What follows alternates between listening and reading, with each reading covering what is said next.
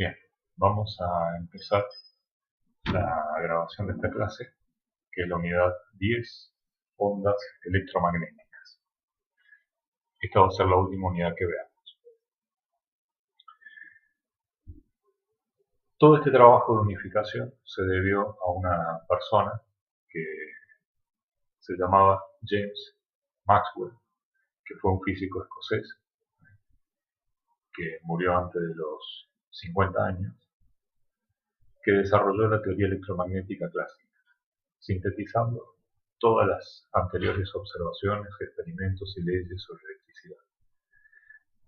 Estas ecuaciones de Maxwell demostraron que la electricidad, el magnetismo y hasta la luz son manifestaciones de un mismo fenómeno.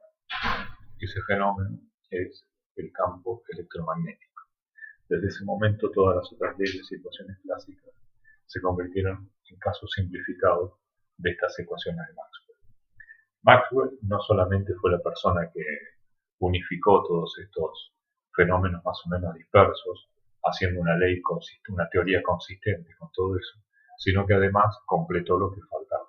Fue un trabajo sumamente importante el de Maxwell, del tamaño, del calibre del que hizo Newton varios años antes en la física mecánica. De hecho, al trabajo de Maxwell se le llama la segunda gran unificación en física, después de la primera que hizo Isaac Newton. Antes de ir a eso, tenemos que ver cuál fue este trabajo de completitud del que hablaba, de una de las ecuaciones de Maxwell, que fue la ecuación de Ampère, la ley de Ampère. El problema con la ley de Ampère, así como está expresada, es que está incompleta. Imaginemos un capacitor cuyas placas estamos viendo, que inicialmente estaba descargado y que lo vamos cargando. Por ley de Kirchhoff sabemos que toda corriente que entra es igual a la corriente que sale. El problema con esto es que acá hay una superficie abombada, que es como media pelota de rugby, y está entrando una corriente por la izquierda, pero no está saliendo ninguna corriente por la derecha. Hay un campo eléctrico, pero corriente, lo que se dice corriente, en Ampère, en el sentido de carga, de Coulomb, no pueden salir porque, como sabemos muy bien, hay un aislante entre placas. Entonces, cargas no salen, ¿no? Entonces, entrando cargas, pero no salen. Veamos lo siguiente. Primero detengámonos a pensar qué es lo que está pasando en el capacitor. Sabemos que la ley fundamental del capacitor es C por B igual a Q, Q igual a C por B. Entonces es epsilon, que es la permitividad del medio, puede ser vacío o no, por A sobre D, esa es la capacitancia del dieléctrico, por el voltaje entre placas, que puede expresarse como E por D, el campo eléctrico por la distancia. Bien, distancia con distancia se simplifica, aquí, D con D se va, y me queda E por A por E. El tema es que E por A es el flujo eléctrico. Ahora dividamos miembro a miembro la parte izquierda y la parte derecha. Bueno, la parte izquierda si la derivo, la derivada de Q respecto a T, no es otra cosa que la corriente de conducción. Lo interesante viene ahora, es que si derivo la parte izquierda, me queda la permitividad del medio por la derivada del flujo eléctrico respecto al tiempo. Voy a llamar ese término a la permitividad veces la derivada temporal del flujo eléctrico, la corriente de desplazamiento, que también se mide en Ampère. Entonces ahora sí podemos completar la ley de Ampère y decir que es igual a la integral de B por dl, es igual a mu sub 0 por la suma de dos corrientes encerradas, que son la de conducción más la de desplazamiento. Y ambas nos van a dar exactamente el mismo resultado. Supongamos, por ejemplo, que usamos la superficie, tenemos dos superficies a elegir. Una es la superficie plana, delimitada por la circunferencia aquí marcada en negro, y la otra es la superficie abombada.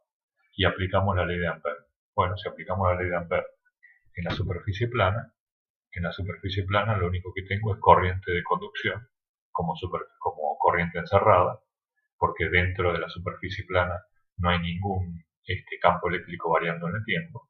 entonces la corriente de desplazamiento allí es cero. Entonces va a ser mu sub 0 por IC.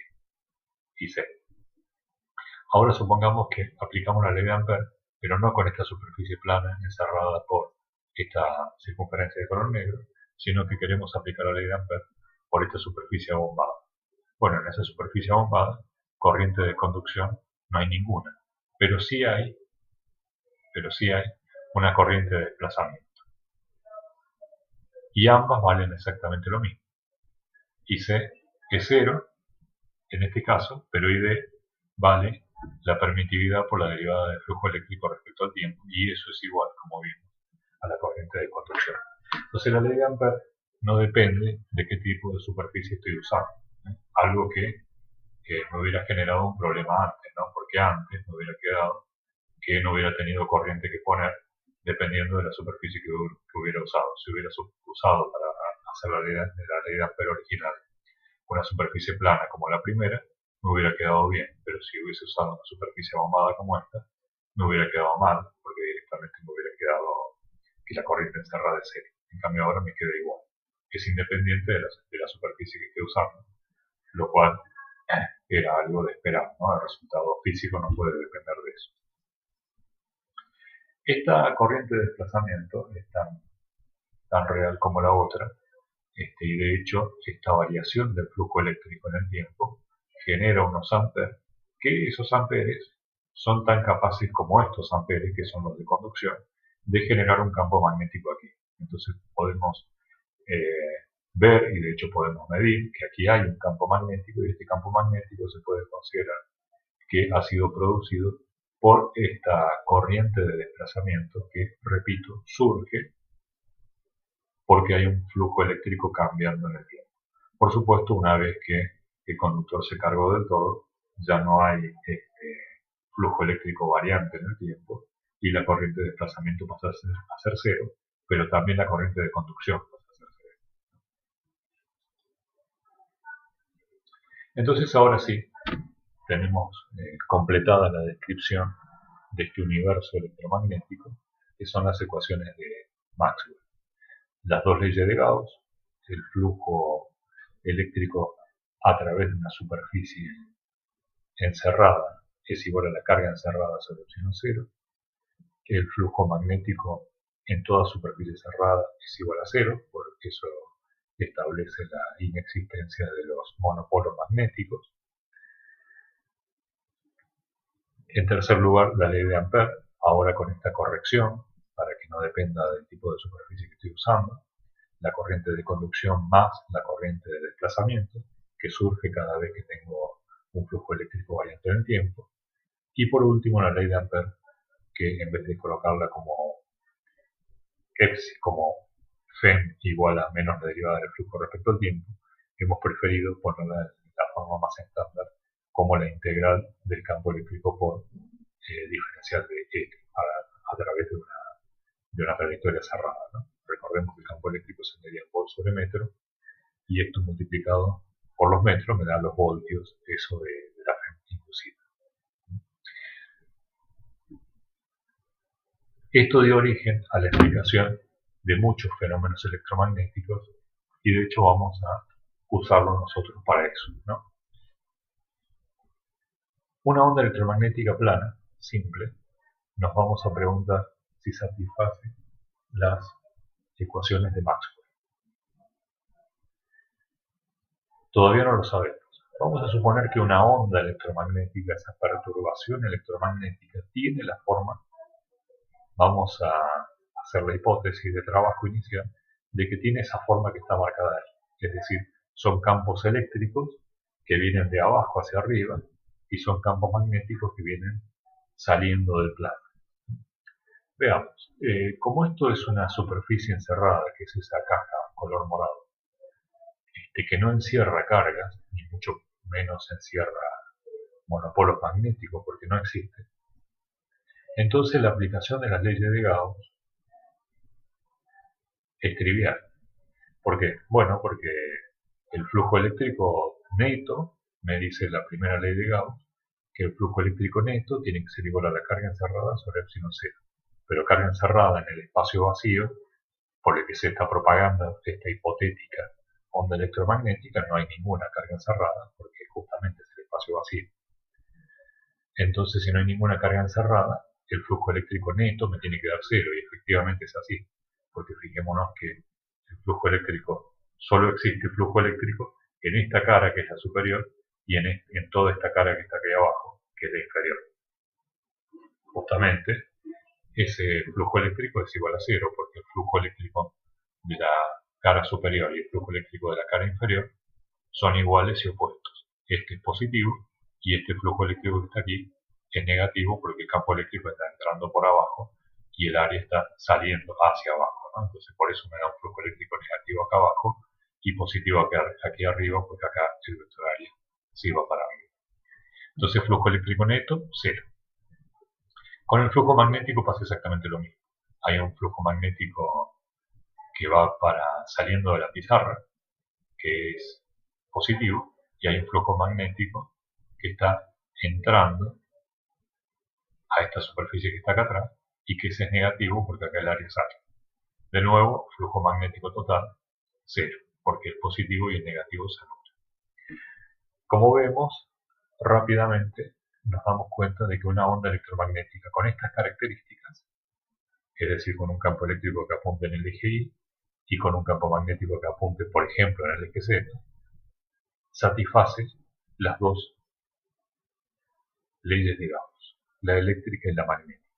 Pensemos por un instante que si esta onda hubiese tenido un poco de componente en la dirección de propagación, que la dirección de propagación está señalada por el vector verde, en ese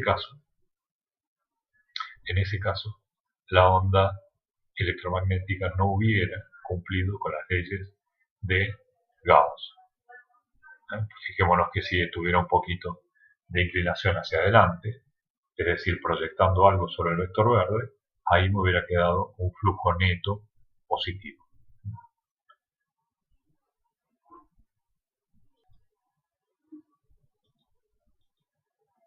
Bien, vayamos ahora con la segunda parte. Ya demostramos que una onda con esas características satisface las dos primeras ecuaciones de Maxwell, que son las dos de Gauss. Vayamos ahora con la ley de Faraday. Bueno, veamos, con la ley de Faraday vamos a escribir primero la ley de Faraday y vamos a colocar directamente, en vez de poner la flema inducida igual a menos la rapidez de cambio del flujo magnético, vamos a poner la integral de línea del campo eléctrico por dx. Esta es una onda electromagnética que se está moviendo en la dirección del eje X, como recién, y que ya sabemos que E y B vienen desde abajo hacia arriba, el E, y el B va saliendo por la pantalla. El B está marcado en azul y el E en rojo. Lo que tenemos que hacer acá es marcar cuál va a ser la trayectoria esta de circulación del campo eléctrico y también donde vamos a marcar la presencia del flujo magnético. El dibujo que tiene a la derecha simplemente es lo que está ocurriendo en el plano XY. Y esta es una onda que está avanzando en la dirección del X positivo a una velocidad c, por lo tanto, en un cierto diferencial de tiempo recorre un espacio c por dt. Veamos. La integral de línea cerrada de E por dl va a ser, en primer lugar, E por dl, E por dl, E aquí y dl aquí son ortogonales y por lo tanto aquí y aquí es una contribución que es de cero, porque es un producto escalar de dos vectores que están a 90 grados. Este es el único lugar donde E por dl son colineales, E está hacia arriba y dl está hacia abajo, va para acá. Entonces aparece un coseno de 180 que me da este signo menos para acá. Acá E por dl todavía no ocurrió porque la onda está avanzando en la dirección del X positivo y no alcanzó a llegar a este flanco positivo que es el que está marcado por las letras E y F. Entonces, la parte izquierda de la ecuación lo que me da es que toda la integral de línea cerrada de la circulación de este campo eléctrico, la única componente es la que hay entre G y H y vale menos A. F y E no contribuyen nada porque la onda allí todavía no llegó. E y H no contribuyen nada porque E y DL son ortogonales. Y F y G por el mismo motivo, son ortogonales. Veamos la parte derecha. La parte derecha me dice que tengo que calcular menos la derivada del flujo magnético respecto al tiempo. Ese flujo magnético es el campo magnético por el área. El área es la que está aquí sombreada, ¿no? El área valdrá la altura de ese rectángulo por la base, base por altura. La altura es A y la base es lo que se mueve la onda en ese espacio diferencial de t, que es c por dt, donde c es la velocidad de la onda. Por lo tanto, si yo lo que quiero calcular acá en la ecuación de Faraday, la ley de Faraday, es la rapidez de cambio del flujo, tendré que sacar la derivada temporal de esto. Dicho de otro modo, puedo pasar el dt hacia aquí dividiendo y me queda b por a por c.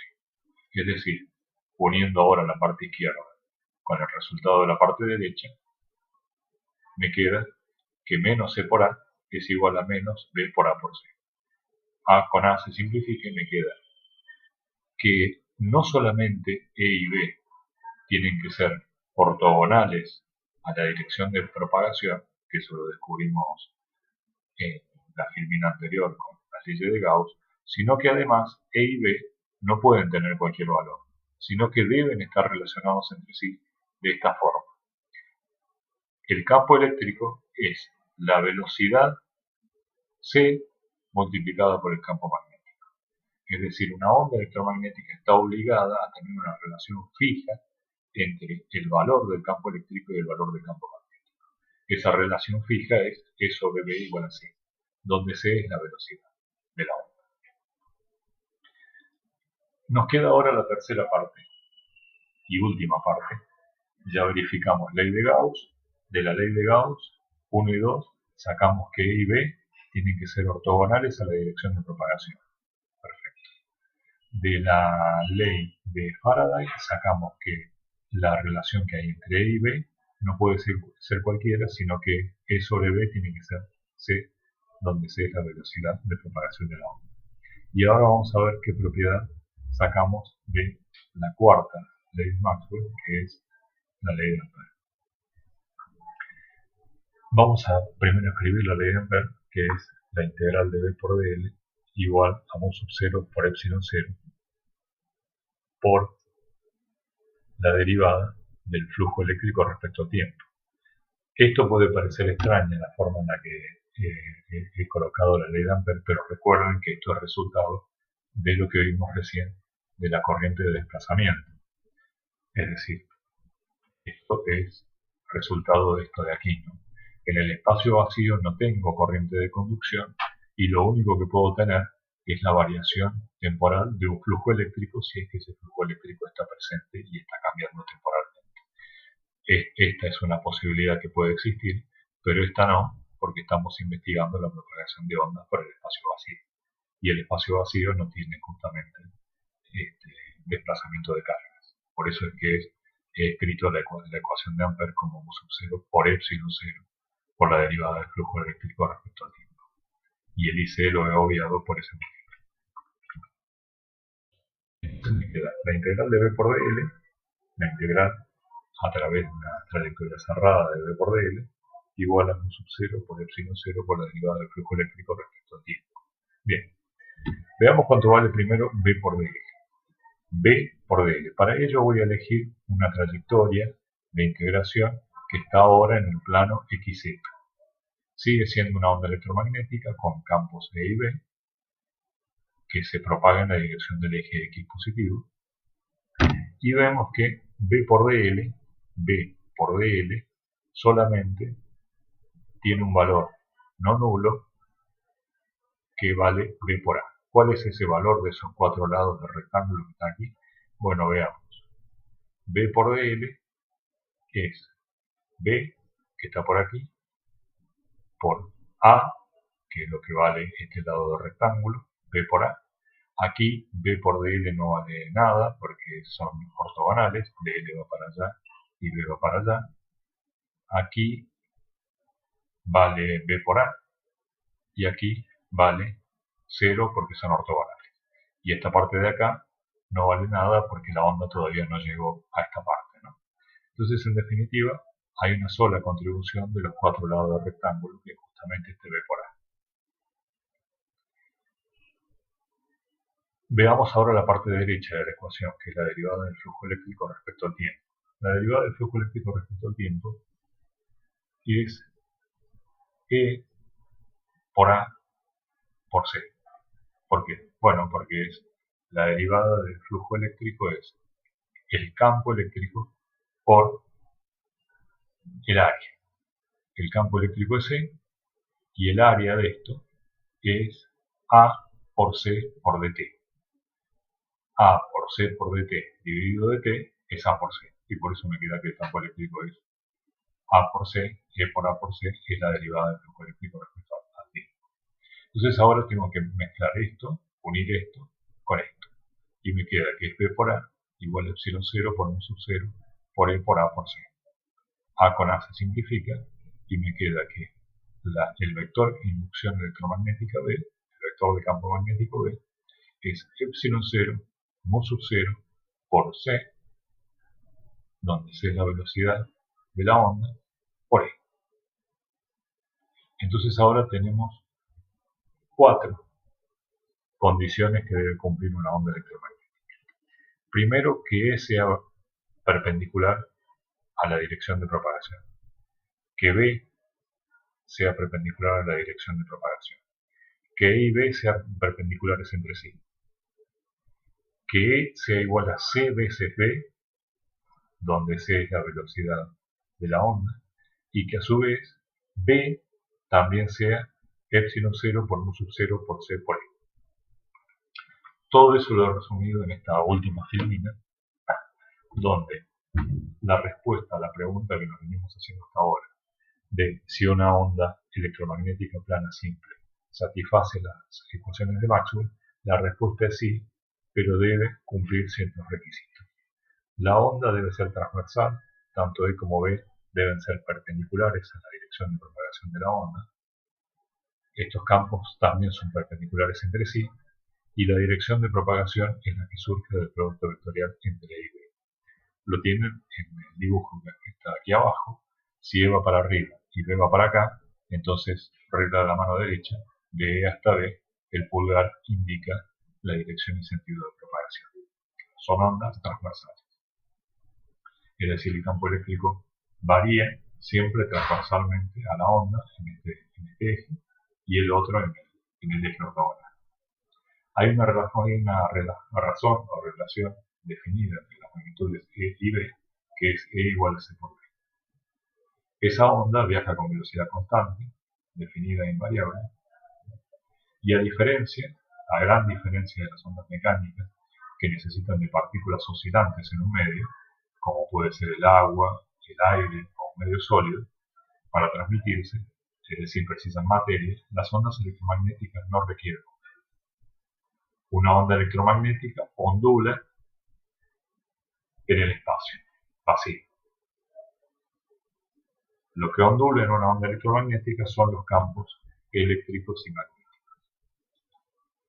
De esta forma, este resultado está condensado aquí. Aquí tenemos una onda plana, que además de ser plana es sinusoidal. ¿De dónde sale este campo eléctrico y este campo magnético? Bueno, la variación del campo eléctrico temporal produce un campo magnético. Y la variación del campo magnético, esta variación del campo magnético, produce un campo eléctrico. Un campo magnético variable en el tiempo produce un campo eléctrico variable en el tiempo. Un campo eléctrico variable en el tiempo produce un campo magnético variable en el tiempo, y así sigue. Es decir, se autogenera. Está puesto de relevancia aquí. Esta ley lo que me dice es que un campo eléctrico variable en el tiempo es capaz de generar un campo magnético. Ley de Ampère. Mientras que la ley de Faraday me dice que un campo magnético variable en el tiempo es capaz de generar un campo eléctrico. Un campo eléctrico variable en el tiempo me genera un campo magnético, posiblemente variante en el tiempo. Y este campo magnético variante en el tiempo me genera un campo eléctrico que dependiendo de la naturaleza de esta variación, también será variable en el tiempo. Es decir, que esto me genera esto variable me genera esto variable me genera esto, y así sigue. Está entrecruzado. De este modo, al cambiar en el tiempo, me genera un B variable en el tiempo. El B variable en el tiempo me genera un E variable en el tiempo, y así sigue. Esta es una onda electromagnética plana, sinusoidal, y fíjense que en todo momento E por B me señala la dirección y sentido de propagación, que es el X positivo. Esa es una onda viajera que se expresa como K por X menos omega por B. Maxwell lo que demostró a partir de sus ecuaciones matemáticas es que la luz es una onda electromagnética que consiste en estas oscilaciones del campo electromagnético, estableciendo la naturaleza ondulatoria de la luz en contra de los que defendían en ese momento la naturaleza corpuscular de la luz.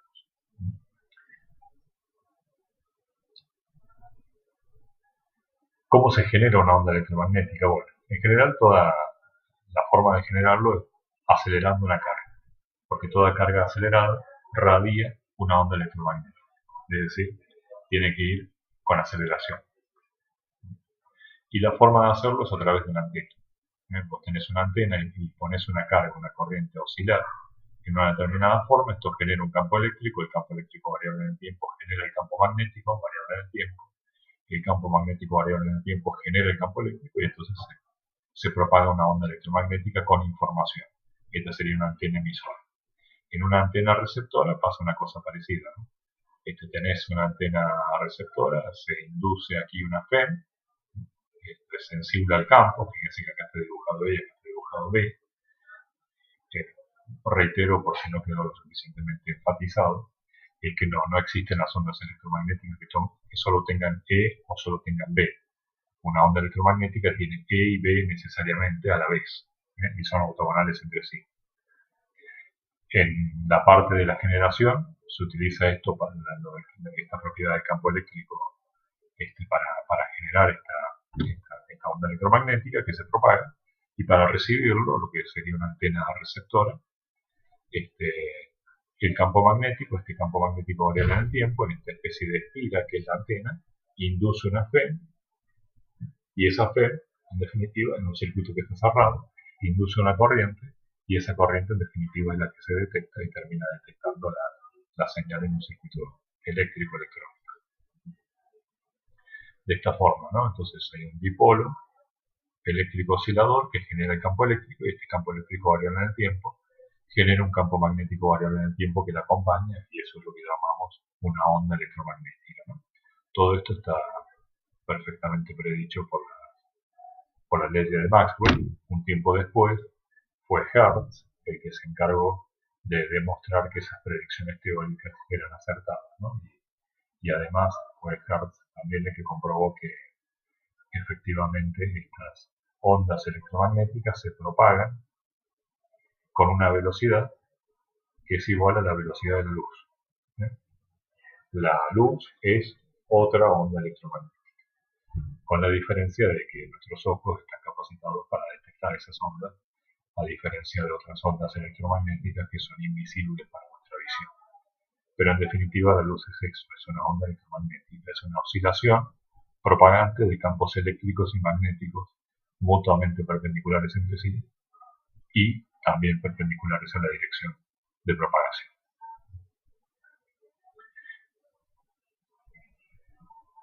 Uno de los parámetros importantes en las ondas es la longitud de onda. La longitud de onda es la distancia recorrida por la onda en un periodo. Y siempre se cumple en todas las ondas que la velocidad a la que se propaga la onda, que en el vacío es C, la velocidad de la luz en el vacío, que es de 3 por 10 a la 8 metros sobre segundo, esa velocidad es igual a la longitud de onda por la frecuencia.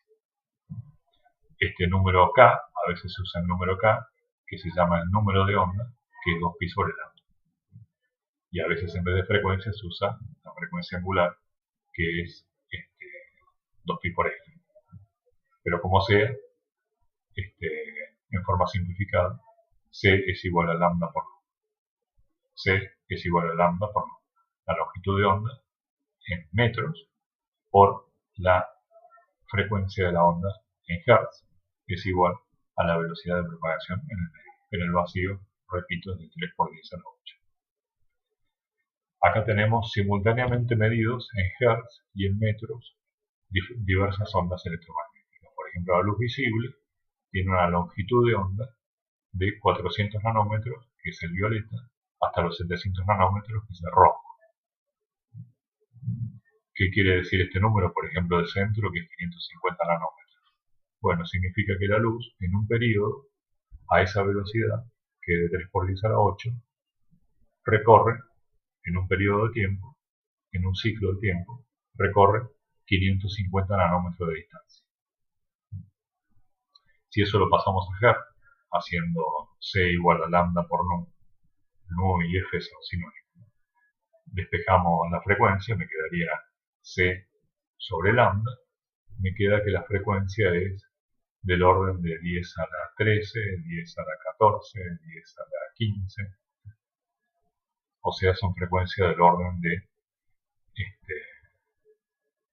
miles de millones de hercios. De hecho, se usa para este rango, directamente se usa frecuencias en terahercios, directamente el tera, que es más que el giga, ¿no? El mega, el giga, el tera. Por supuesto tenemos otras ondas electromagnéticas en otro rango que tienen otro nombre. En este rango se llama luz visible, en otro rango se llama infrarrojo, por un motivo obvio, que está por debajo del rojo, y ultravioleta, por un motivo obvio, que es porque está después del violeta. Pero son tan ondas electromagnéticas la luz visible como esta y esta. Y las ondas de radio, que también son ondas electromagnéticas, tienen la propiedad de que su frecuencia es mucho más baja que esta, fíjense 10 a la 8 comparado con 10 a la 14, y al ser la frecuencia mucho más baja, necesariamente la longitud de onda es mucho más alta, ¿no? Del orden de 10 metros, 1 metro y bajando.